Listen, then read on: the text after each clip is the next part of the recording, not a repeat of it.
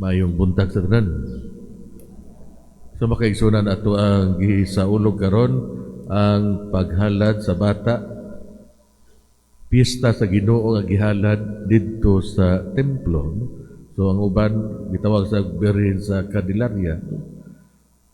So makaigsunan ang ikaduhang persona sa Santissima Trinidad, ang anak sa Dios nga nagpakatao, mianhi ug mipuyo sa gamay nga lungsod sa Nazareth uban ni Maria ug Jose.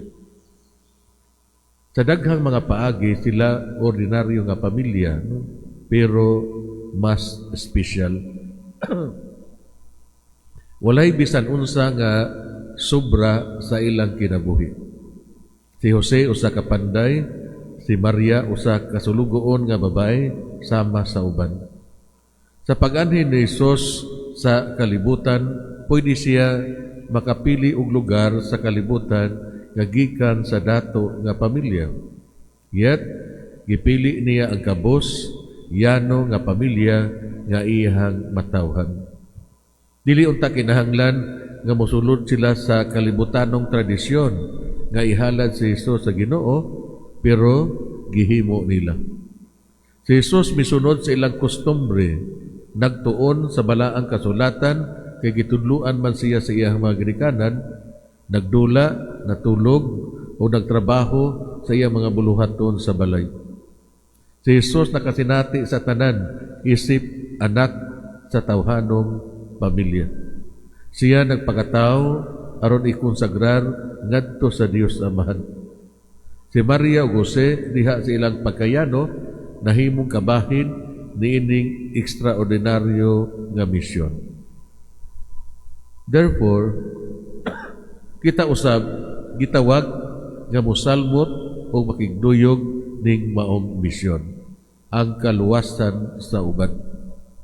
Kabahin kita sa usa kadako nga pamilya sa Dios. Duha ka kuyabog nga salampati ihalad sa kabus nga pamilya isip kabahin silang ritual sa kasalugan sa konsagrasyon. Ya kita kung magpabunyag musaan nga bunyagan ang bata uban sa mga hiniktan. Ya kung ang hiniktan na kuan sa nasugamak na bihag walay bunyag, no? Ya usahay bingunta o sige magpabunyag sunod buwan magbuhi og baktin, no? Ya tapos na African swine flu wan asad, no? So ingon ana makaigsoon hinaton ta dili nato i-equate, no, ang atong pagpabunyag ning mga hayop ug uban pa. Ang importante nga mabunyagan ang bata, no? So kung atong tanawon ang tradisyon klaro kaayo, no? Kabos nga pamilya ug ilang ihalad mao ang duha ka kuyabog nga salampati, no? So makaigsunan si Jesus ang hari sa himaya gikan sa iyang pagkatao miapil sa mga halad sa kabos. Kini dili ang kakabos sa santos nga pamilya nga atong gitamod apan ang kinatibuk-an sa gasa nga ilang gihimo sa ilang mga kasing-kasing sa maong pagpahinungod.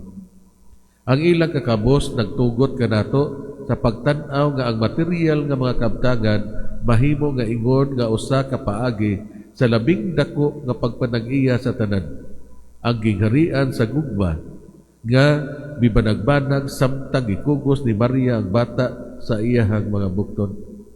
Ang tibuok plano sa kaluwasan gipadayag ngadto kang Simeon ug Ana nakatago sa likod sa yano nga halad sa duha ka kuyabog nga salampati. Ang Ginoo nagdisenyo og tawhanong pamilya nga tulunghaan sa gugma ug panagiusa. Nga kung matag membro mutubo nga lig-on ug maalamon. Si Jesus na tao sa usa ka pamilya aron sa pagtudlo kanato unsa ang kahulugan sa pagkatao ug ang pagpahinungod sa kinabuhi sa pamilya.